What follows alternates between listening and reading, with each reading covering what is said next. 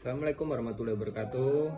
Perkenalkan, nama saya Muhammad Iriza Maulana dengan NIM 30402200002 dengan dosen Bapak Hanif dengan matkul metodologi penelitian.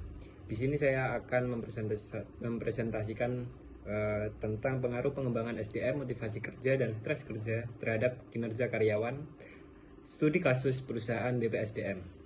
Next. Sumber daya manusia merupakan salah satu unsur organisasi dan memegang peranan penting dalam kegiatan organisasi.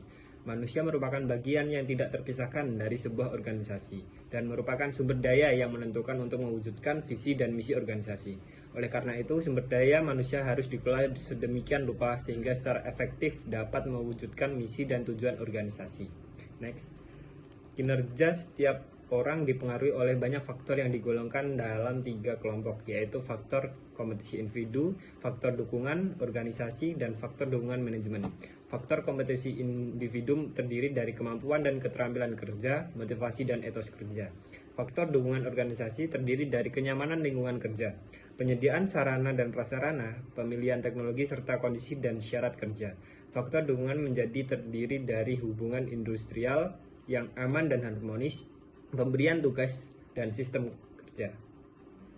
Biasanya stres dipandang sebagai kondisi negatif, namun karena tekanan atasan dan persaingan di lingkungan kerja menimbulkan stres kerja, tekanan pada tingkatan tertentu dapat menyebabkan karyawan berkinerja menjadi lebih baik.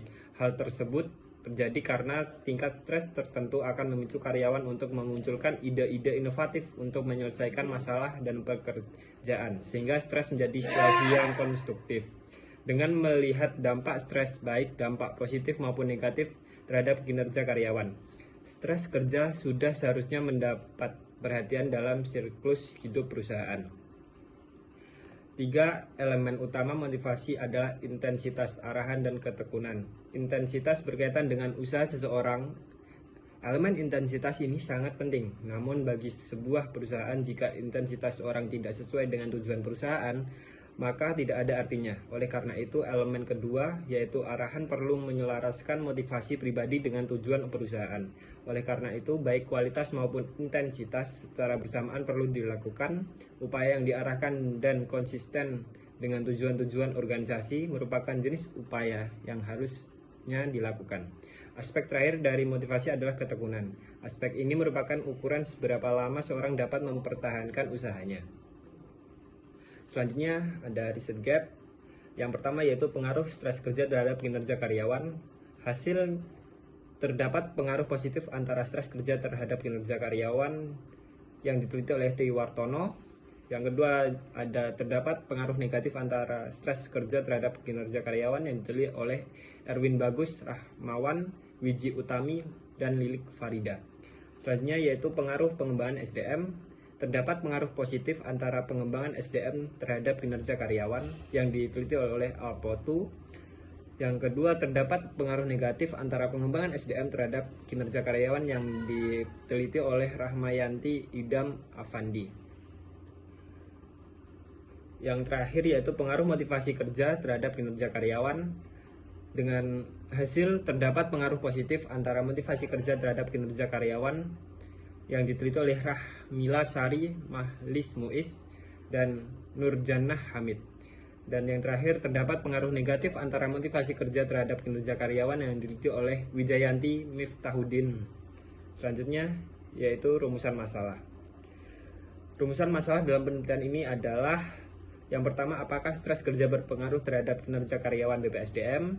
Yang kedua, apakah motivasi kerja berpengaruh terhadap kinerja karyawan BPSDM? Yang ketiga, apakah stres kerja dan motivasi kerja berpengaruh terhadap kinerja karyawan BPSDM? Selanjutnya yaitu ada tujuan masalah. Tujuan masalah dalam penelitian ini adalah yang pertama, untuk mengetahui dan menganalisis pengaruh stres kerja terhadap kinerja karyawan BPSDM.